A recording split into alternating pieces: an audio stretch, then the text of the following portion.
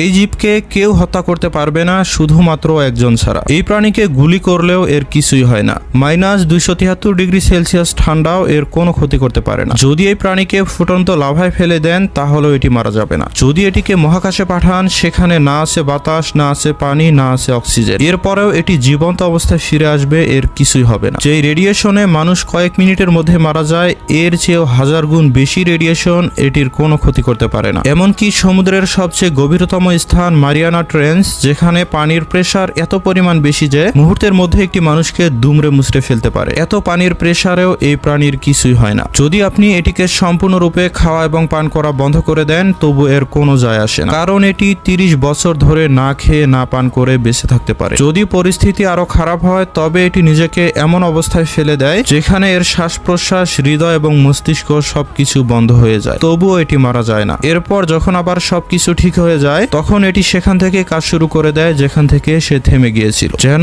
এর কিছুই হয়নি। অবশ্যই তিনি সেই মহান আল্লাহ রাব্বুল আলামিন, যার নির্দেশে এই প্রাণীটি মারা যায়।